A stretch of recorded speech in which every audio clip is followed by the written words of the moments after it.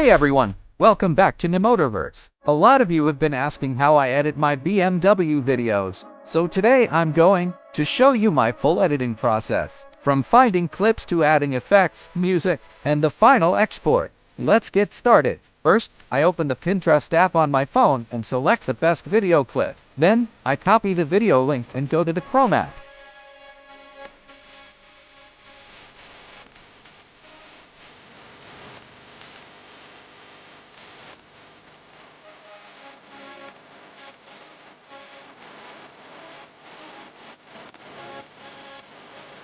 After that, I search for Pinterest Video Downloader, paste the link, and download the video to use in my edit.